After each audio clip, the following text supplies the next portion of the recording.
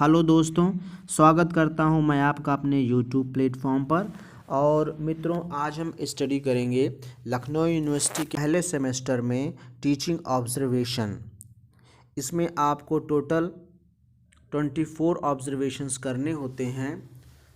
तो आइए देखते हैं उसका क्या परफॉर्मा रहता है और किस हेडिंग में क्या क्या एंट्रीज करनी होती हैं। इसका अगर ओवरऑल परफॉर्मा की बात की जाए तो सबसे पहला जो पेज होता है इस रिपोर्ट का वो होता है एक्नॉलेजमेंट, जिसमें आप एक पेज का करीब एक्नॉलेजमेंट लिखते हैं। With thanks to the principal, manager, जो टीचर्स, इन सभी के लिए आप एक एक्नॉलेजमेंट लिखते हैं। उसके बाद होता है इंडेक्स। इंडेक्स से बातों को समझते हैं। इंडेक्स में सबसे पहले आपको डिस्कस करना होता है इंट्रोडक्शन। उसके बाद ऑब्जर्वेशन का मीनिंग क्या होता है, क्योंकि आप टीचिंग को ऑब्जर्व कर रहे हैं। कोई शिक्षक है वह पढ़ा रहा है, आप बस उसके संपूर्ण एक्टिविटीज़ को, सभी एक्टिविटीज़ को सिर्फ ऑब्जर्व कर रहे हैं, प्रेक्षण कर रहे हैं। तो प्रेक्षण करने का मीनिंग क्या होता है। टाइप्स ऑफ ऑब्जर्वेशन अगला है। प्रेक्षण के प्रकार कितने होते हैं। इम्पॉर्टेंस ऑफ ऑब्जर्वेशन, प्रेक्षण का महत्व क्या है। इंट्रोडक्शन ऑफ द स्कूल, जिस स्कूल में आप ऑब्जर्वेशन के लिए गए हैं उस स्कूल का इंट्रोडक्शन आप देते हैं। अगला है इंफ्रास्ट्रक्चर ऑफ द स्कूल, जो स्कूल है उसका क्या इंफ्रास्ट्रक्चर है, वहाँ पर कौन कौन सी सुविधाएं हैं, उन सब का आप इस हेडिंग के अंतर्गत वर्णन करते हैं, एक्सप्लेन करते हैं। फिर टाइम टेबल, उस स्कूल में जो टाइम टेबल चल रहा है उस टाइम टेबल के बारे में। ऑब्जर्वेशन ऑफ फर्स्ट डे, पहले दिन आप जाएंगे, आपको 4 ऑब्जर्वेशन पहले दिन करना है। ऑब्जर्वेशन ऑफ सेकेंड डे, दूसरे दिन भी आपको 4 ऑब्जर्वेशन करना है। इस प्रकार से 6th ऑब्जर्वेशंस ऑफ डेज़ में, यानी 6 दिनों के ऑब्जर्वेशन में आप 6 4 जा 24, टोटल 24 क्लास का ऑब्जर्वेशन करेंगे।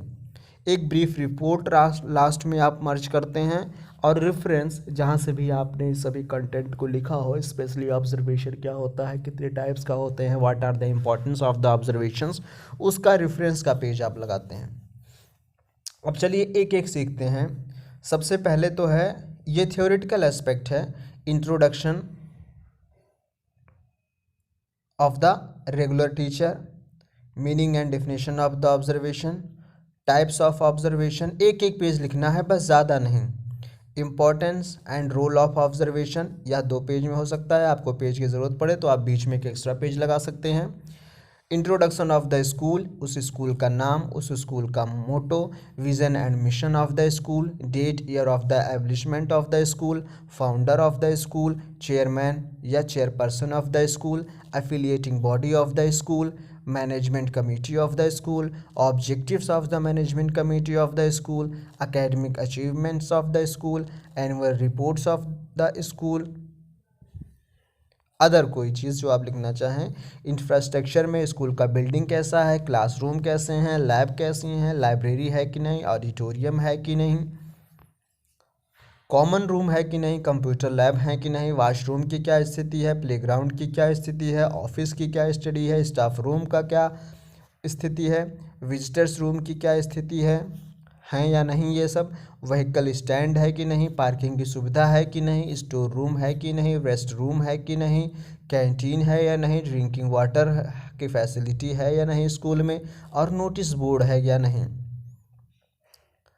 न्यूज़ स्टैंड है स्कूल में या नहीं, और अदर कोई चीज़ जो वहाँ पर आपको कोई अन्य इंफ्रास्ट्रक्चर में फैसिलिटी दिखाई दी हो उसका आप इसमें वर्णन करते हैं। करिकुलम, स्कूल में कौन सा करिकुलम चलाया जाता है, courses subject offered in the school में कौन कौन से सब्जेक्ट ऑफर किए जाते हैं, आर्ट्स स्ट्रीम है, साइंस स्ट्रीम है या कॉमर्स स्ट्रीम है, और को curricular activities, prayer of the school, कौन कौन सी प्रेयर होती हैं, time table of the school, school का क्या टाइम टेबल है, और फिर यहाँ से स्टार्ट होता है आपका प्रैक्टिकल एस्पेक्ट, जिसमें डे 1 में देखिए क्लासेस 4 टाइम्स मेंशन की गई हैं। कितनी टाइम्स? 4 टाइम्स मेंशन है। क्लास 1, क्लास 2, क्लास 3, क्लास 4, या इसमें लिखा हुआ है सिर्फ क्लास क्लास क्लास क्लास। तो 4 बार हो गए, तो एक दिन में आपको फर्स्ट डे 4 ऑब्जर्वेशन करने हैं। आइए चलते हैं, आप जब फर्स्ट डे ऑब्जर्वेशन करने के लिए जाएंगे तो ऑब्जर्वेशन 1 होगा, उसमें जो टीचर पढ़ा रहा होगा क्लासरूम में वो जो डेट लिखेगा, वो जो क्लास लिखेगा जिस क्लास में होगा, सब्जेक्ट जो वो मेंशन करता है, पीरियड जो वो मेंशन करता है, टॉपिक और ड्यूरेशन उसके लेसन प्लान पर जो मेंशन है, या कितना पीरियड कितने आवर्स उसे पढ़ाने हैं, वो आप इसमें नोट कर देंगे। फिर अगला आता है नेम ऑफ द टीचर, उस टीचर का नाम लिखिए जिसका आप ऑब्जर्वेशन कर रहे हैं। Number of the student in the class, class में टोटल कितने विद्यार्थी हैं उनका नंबर लिखिए। उसके बाद देखिए पूरा ऑब्जर्वेशन कुछ पार्ट्स में डिवाइड है, जैसे पहला पार्ट है बिगिनिंग ऑफ द पीरियड, दूसरा है inquiry of the previous knowledge of students, और तीसरा है personality outward appearance of the student, teaching methods and techniques used by the teacher, management of the classroom, conclusion of the teacher. इतने head में इस पूरे observation को divide किया गया है। तो हम पहला वाला डिस्कस कर रहे थे, उसी में आइए एक को डिस्कस कर लेंगे, ऐसे ही बाकी सभी हैं। अब बिगिनिंग ऑफ द पीरियड, बीच में देखिए हेडिंग है बिगिनिंग ऑफ द पीरियड, यानी उस टीचर का क्लासरूम में आने से पहले कह लीजिए चंद सेकेंड, या क्लासरूम में आने के बाद फर्स्ट टाइम जो आपने देखा, क्या ensuring availability of teaching add, शिक्षण सहायक सामग्री वह टीचर लेकर आया है या नहीं। दूसरा इंट्रोडक्शन ऑफ द लेसन,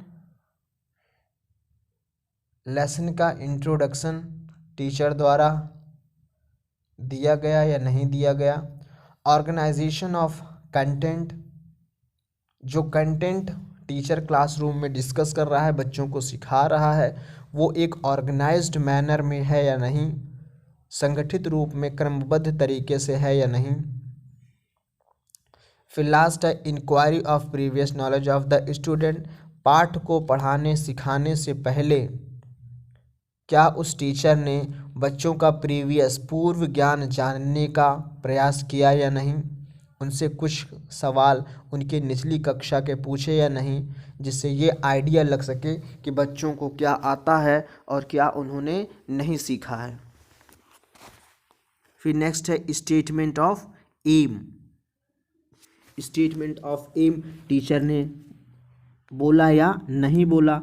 कहते हैं ना students today we shall discuss about the topic noun, जैसे इंग्लिश में, या हिंदी में कोई बच्चा पढ़ा रहा है तो विद्यार्थियों आज हम संज्ञा के विषय में विस्तार पूर्वक अध्ययन करेंगे। इस प्रकार का स्टेटमेंट ऑफ एम कथन टीचर ने बोला या नहीं बोला, अगर बोला तो लिख देंगे यस। अगला हेडिंग है बीच में देखिए personality outward appearance of the teacher, teacher कैसा दिख रहा है, उसकी पर्सनालिटी कैसी दिख रही है, ये आपको इसमें लिखना है। सबसे पहला है ड्रेसिंग सेंस, वो टीचर जिसका आप ऑब्जर्वेशन कर रहे हैं उसका ड्रेसिंग सेंस कैसा है, अच्छा है, बहुत अच्छा है, ठीक ठाक है, ऐसा आप उसमें लिख सकते हैं। वॉइस, टीचर की आवाज़ स्पष्ट है या नहीं, स्पष्ट है। गेस्चर और पोस्चर्स, उसकी भाव भंगिमाएँ कैसी हैं, एज पर टीचर है या नहीं, ऐसे किसी गेस्चर पोस्चर में तो नहीं है जैसा उसे नहीं होना चाहिए इन अ क्लासरूम। फिर है इंथुजियाज्म, उसका अंदर जिज्ञासा या उत्साह, वो पूरा इंथुसिस्टिक तरीके से पढ़ा रहा है या नहीं पढ़ा रहा है, उसमें कोई आत्मविश्वास, जिज्ञासा, बहुत ज़्यादा उसके अंदर ललक, ऊर्जा है उसके अंदर या नहीं, ये इसमें लिखते हैं। उत्साहवान है वह या नहीं, यह लिखते हैं। नेक्स्ट है ब्लैक बोर्ड राइटिंग। उसकी ब्लैक बोर्ड राइटिंग का आप ऑब्ज़र्व कीजिए, वो कैसे लिख रहा है, कैसे ब्लैक बोर्ड को मैनेज कर रहा है, किधर नंबर्स लिख रहा है, किधर टॉपिक्स लिख रहा है, कैसे डायग्राम को बना रहा है। तो ब्लैक बोर्ड राइटिंग, उसकी ब्लैक बोर्ड राइटिंग कैसी है? औसत है, अच्छी है, बहुत अच्छी है, एवरेज है, गुड है या वेरी गुड है, स्पष्ट है या नहीं, क्लियर पीछे तक व्यू हो रहा है कि नहीं जहां आप बैठकर ऑब्जर्व कर रहे हैं, या उसमें सुधार की गुंजाइश है। लेवल ऑफ कॉन्फिडेंस, कॉन्फिडेंस कैसा है, कॉन्फिडेंस से टीचर पढ़ा रहा है या नहीं पढ़ा रहा है, कॉन्फिडेंस को इंक्रीज़ करने की आवश्यकता है कि नहीं है। फिर नेक्स्ट है डिलीवरी, यानी एक टीचर जब क्लासरूम में बच्चों को कुछ सिखाता है तो क्लास बहुत अच्छी चल रही हो, टीचर बहुत ज्ञानी हो, लेकिन जो भी टीचर को आता है वो बच्चों तक वो चीज़ डिलीवर सक्सेसफुली हो रही है या नहीं। अगर सक्सेसफुली हो रही है, अच्छे से कंटेंट डिलीवर हो पा रहा है, बच्चे कैच कर पा रहे हैं, तो आप लिखिए कि कंटेंट की डिलीवरी उत्तम है, बहुत अच्छे ढंग से डिलीवर किया जा रहा है मैसेज, बहुत अच्छे ढंग से कंटेंट डिलीवर किया जा रहा है, बच्चे सीख रहे हैं। स्पीड ऑफ द कम्युनिकेशन अगला है। बच्चों को जब हम क्लासरूम में सिखाते हैं तो हमारी कम्युनिकेशन स्पीड ना तो बहुत ज़्यादा होनी चाहिए, ना तो बहुत ही सोच विचार कर बोलने वाला होना चाहिए, एक मीडियम स्पीड ऑफ कम्युनिकेशन होनी चाहिए। संप्रेषण की गति एक सामान्य गति में होना चाहिए या उचित आरोह और अवरोह के साथ होनी चाहिए। तो इसमें आप लिखेंगे कि स्पीड ऑफ कम्युनिकेशन लो है, गुड है या बेटर है।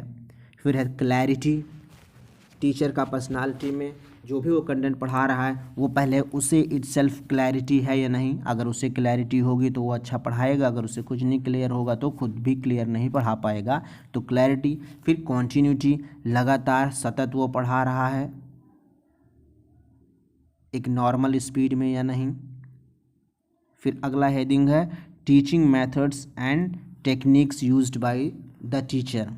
फिर जो टीचर अब क्लासरूम में पढ़ा रहा है, जिसका आप ऑब्जर्वेशन कर रहे हैं, वो कौन कौन से टीचिंग मेथड्स यूज़ कर रहा है। सबसे पहले इसमें लिखते हैं मटेरियल ऐड, यानी सहायक सामग्री। उसने चार्ट यूज़ किया है, उसने मॉडल यूज़ किया है, या वो कोई लिविंग ऑब्जेक्ट लेकर आया है, ये आप इसमें मेंशन करेंगे, चार्ट, मॉडल या लिविंग ऑब्जेक्ट। क्वेश्चनिंग, टीचर पढ़ा रहा है तो आप ऑब्जर्व कर रहे हैं वो बच्चों से क्वेश्चंस पूछ रहा है या नहीं पूछ रहा है, क्योंकि एक टीचर को क्लासरूम में बच्चों से प्रश्न हमेशा करते रहना चाहिए। एक टीचर जब प्रश्न करता है तभी बच्चे अवेयर रहते हैं और पता चल पाता है कि हम जो कंटेंट डिलीवर कर रहे हैं वो बच्चों को समझ में आ रहा है या नहीं आ रहा है। तो क्वेश्चनिंग हो रही है या नहीं, यस नो में जवाब दीजिए। डिमॉन्स्ट्रेशन, जो टीचर है वो इस ढंग से पढ़ा पा रहा है कि जो चीज़ उसे डिमॉन्स्ट्रेट करनी है, दर्शानी है, वो उसको एग्जैक्ट दर्शा पा रहा है क्लासरूम में या नहीं दर्शा पा रहा है। प्रेजेंटेशन कैसा है, लेसन प्लान बहुत अच्छा बना है, टीचर बहुत काबिल है, लेकिन वो क्लासरूम में कंटेंट को जिस लहजे में, जिस तरीके में प्रेजेंटेशन कर रहा है, सीरियल बाय सीरियल प्रेजेंटेशन कर पाया या नहीं कर पाया, सही समय पे चार्ट आदि का प्रयोग कर पाया या नहीं कर पाया, तो उसका प्रेजेंटेशन कैसा है साहब, इसमें आपको वो लिखना है। फिर illustration, illustration appropriate images, appropriate charts, appropriate bar diagrams, वो ये सब जितनी चीज़ें यूज़ कर रहा है वो सही समय पे यूज़ कर रहा है या नहीं। एक्सप्लेनेशन, अब पढ़ाते पढ़ाते टीचर ज़्यादातर एक्सप्लेनेशन भी देता है, तो एक्सप्लेनेशन वो ठीक ढंग से दे रहा है या नहीं, अपनी बात दूसरों को एक्सप्लेन करने में सक्सेसफुल हो रहा है या नहीं, बच्चे उसके एक्सप्लेनेशन को समझ पा रहे हैं या नहीं, एक्सप्लेनेशन सही है या नहीं, आप उसका भी इसमें लिखेंगे। एक्सप्लेनेशन दिया गया, अच्छा दिया गया या नहीं अच्छा दिया गया, या और बेहतर किया जा सकता है। रीइंफोर्समेंट, पुनर्बलन, बच्चों ने कोई उत्तर दिया है तो बच्चों को पुनर्बल रीइंफोर्समेंट दिया गया या नहीं। अब रीइंफोर्समेंट अगर दिया गया तो वो वर्बल दिया गया या नॉन वर्बल, टीचर ने अगर सिर हिलाकर, मुस्कुराकर बच्चे को रीइंफोर्समेंट दिया है तो नॉन वर्बल में जाएगा। वर्बल में यानी शाब्दिक रूप से अगर बोल कर दिया है शब्दों के माध्यम से, शाबाश, वेरी गुड, बहुत अच्छा, बच्चों क्लैपिंग इस बच्चे के लिए, अगर टीचर ने ऐसा बोला है तो ये सब शाब्दिक रीइंफोर्समेंट है। अगला हेडिंग है मैनेजमेंट ऑफ द क्लासरूम। एक टीचर का काम होता है अपने क्लास को भी मैनेज रखना, तो मैनेजमेंट ऑफ द क्लासरूम। अगला पॉइंट है इसके अंडर में seating arrangements of the student. एक टीचर का काम होता है कि वो अपने क्लासरूम में सीटिंग अरेंजमेंट को भी मैनेज रखे। ऐसा नहीं कि कोई रो बहुत लंबी हो, कोई रो बहुत छोटी हो, किसी रो में 2 ही बच्चे बैठे हों, किसी रो में 10 बच्चे बैठे हों, किसी सीट पर एक ही बच्चा बैठा हो और किसी सीट पर 4 बच्चे बैठे हों। तो seating arrangement of the students वो टीचर ने किया या नहीं किया। Discipline of the classroom, teacher classroom को डिसिप्लिन में रख पा रहा है या नहीं रख पा रहा है, डिसिप्लिन मेंटेन कर रहा है कि नहीं कर रहा है। टाइम मैनेजमेंट, जो भी appropriate hours oblique minutes teacher को दिए गए हैं 35 मिनट्स और 40 मिनट्स, उस 40 मिनट्स में ही वो अपना संपूर्ण लेसन प्लान पढ़ा पाया या नहीं। होमवर्क बच्चों को उसी टाइम मैनेजमेंट में वो दे पाया या नहीं। तो अगर वो टाइम अच्छा मैनेज कर ले गया तो हम लिखेंगे टाइम मैनेजमेंट उत्तम है, अच्छा है, गुड है, या पुअर है, या वेरी गुड है, जैसा भी हो, जैसा आप ऑब्जर्व करें। और लास्ट में है conclusion of the teacher. Teacher ने होमवर्क दिया कि नहीं, अगला पॉइंट है, तो होमवर्क दिया है तो लिख देंगे yes, homework provide by the teacher, teacher द्वारा होमवर्क दिया गया। और रिमार्क में आप ये लिख सकते हैं जो भी आप उस टीचर के पर्सनालिटी में चाहते हैं सुधार हो जाए एज ए टीचर, या जो कुछ भी आप सजेशंस देना चाहते हैं जिससे उस टीचर में और सुधार हो सकता है, वो आप अपने पर्सनल सजेशंस उसको रिमार्क कॉलम में दे सकते हैं। तो ये था एक ऑब्जर्वेशन। इसी प्रकार से आपको सारे ऑब्जर्वेशंस करने हैं, एक दिन में 4 करने हैं, एक वीक का ऑब्जर्वेशन है, टोटल 24 ऑब्जर्वेशंस आपको कंप्लीट करने हैं। ठीक है, सभी का परफॉर्मा एक ही जैसा है। यहाँ से आपने स्टार्ट किया है आज से ऑब्जर्वेशन 1, आज पहला, दूसरा, तीसरा और 4 हो गए होंगे। कल से जो है आप लोग 4 और करेंगे तो 8 हो जाएंगे। एक एक दिन में 4 ऑब्जर्वेशंस करने हैं। अगर कोई बात इसमें नहीं समझ में आती है तो आप मुझसे मिलकर इस परफॉर्मे के साथ पूछ सकते हैं। इस वीडियो को ज़्यादा से ज़्यादा लाइक करें, शेयर करें और अपने दोस्तों को चैनल को सब्सक्राइब करने के लिए मोटिवेट करें।